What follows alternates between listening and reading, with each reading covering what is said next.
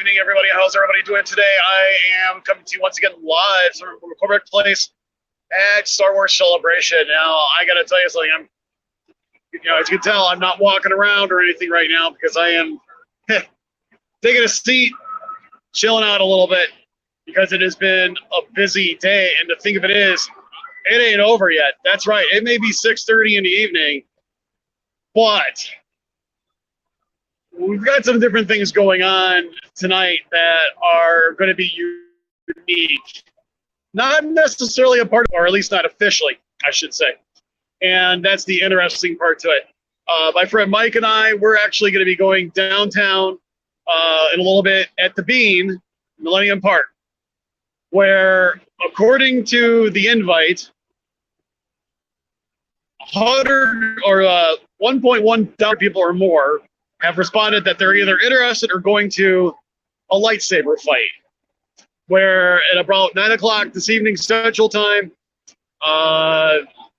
it's going to be 9 o'clock, around 9 o'clock Central Time. There's supposedly, they're going to pick between light side and dark side, and there's going to be some fun going on.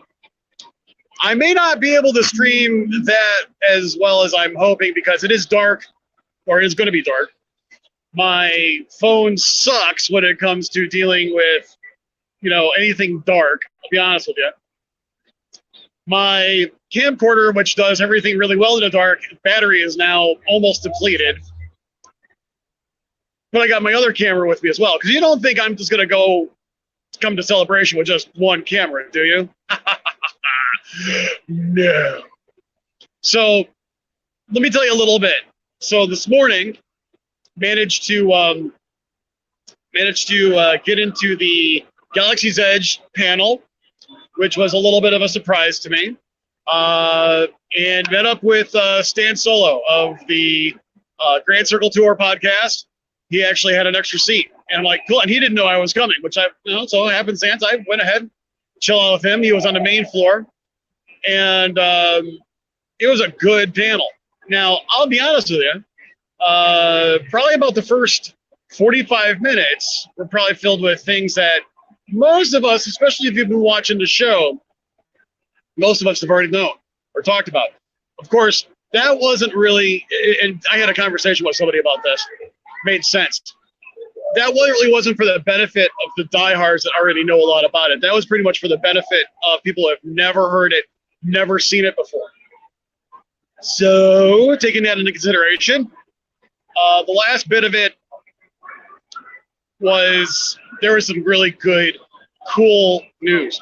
Let me just give you a brief rundown before I forget, okay?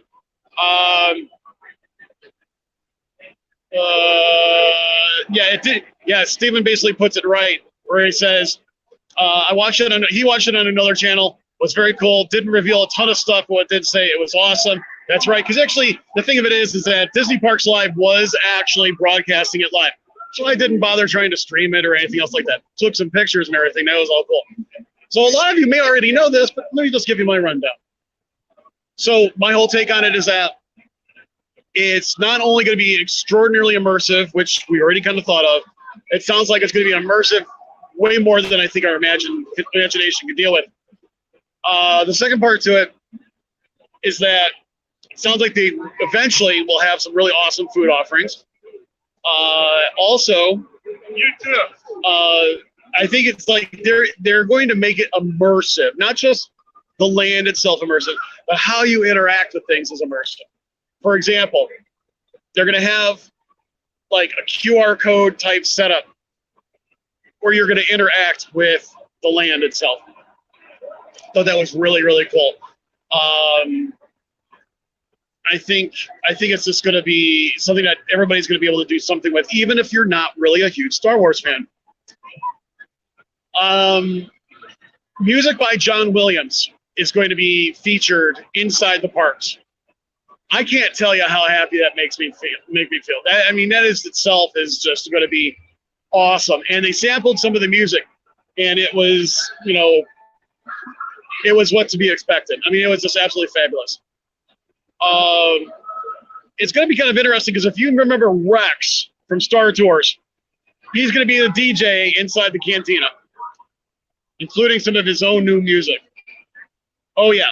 We're going to hear more music from the cantina scene in that kind of theme, which, let's face it, that is kind of cool. They sampled some of it.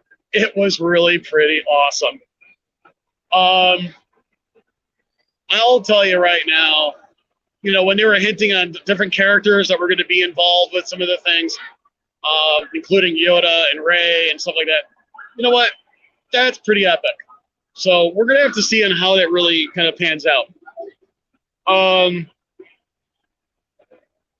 So that was the panel, and it was really good. Ew, they all gave us shirts that was written in Arabic. It was all about Coca-Cola. It was pretty epic. And, you know, the thing is that, okay, how themed is this? Is that they're going to have their own themed Coke bottles and stuff like that is going to fit into the theme of Galaxy's Edge. Seriously. You're talking about immersion when it comes to the food you eat and even the soda that you drink is going to be different. I mean, I don't know what else you can do. So let's see. But yeah, it's going to be the first song was awesome. The second was kind of weird. You know, actually, the thing is, the second one I liked a lot because it's kind of had a little bit of a techno sound to it. That's up my alley. My first thought when I heard it, I was like, oh, dude, they better be producing a CD off of this. So I would so buy it. I wouldn't even think twice about it. A couple of things I got to meet and visit with a couple of Imagineers that worked on Galaxy's Edge, which I thought was really cool. You know, even talking with them, they were just really pumped up about how they were doing it for us, the guest, the Star Wars fan, the Disney guest, in order to really just make it super immersive. That was their main thought. I'm looking over there and I'm seeing. Are you seeing what I'm seeing? I'm sure. A Star Trek character wearing the red shirt, kind of holding a lightsaber. Oh, I see. There's a lightsaber sticking through him. Ah, well, that's apropos. Okay. I think I've seen it all now, Mike. I don't know about you, but that is a great costume.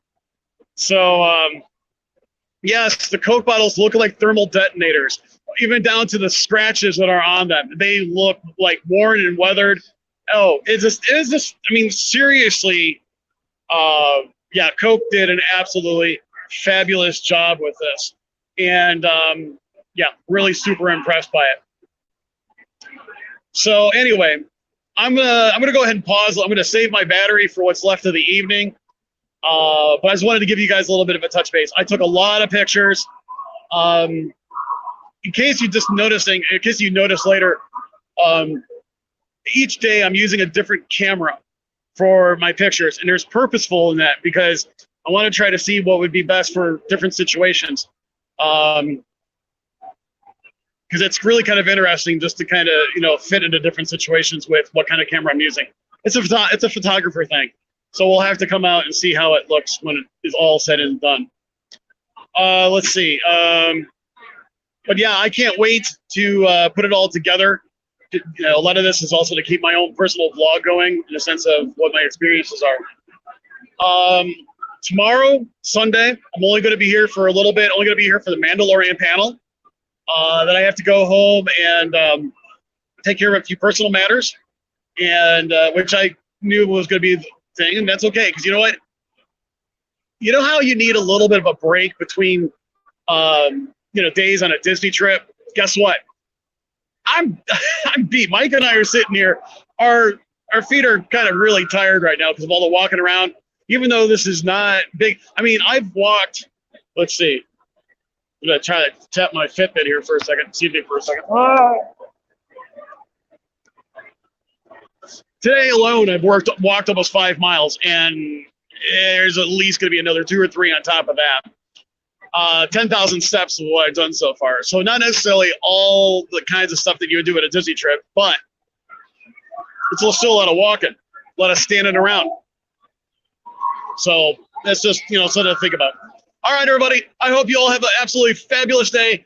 And as I said, I probably will not have time to come to you live tomorrow, but come Monday evening, I may do a final vlog just on my experience, but I won't give a lot of details because I'm going to save that for Tuesday's show right here at the Behind the Ears Podcast Facebook and YouTube channels.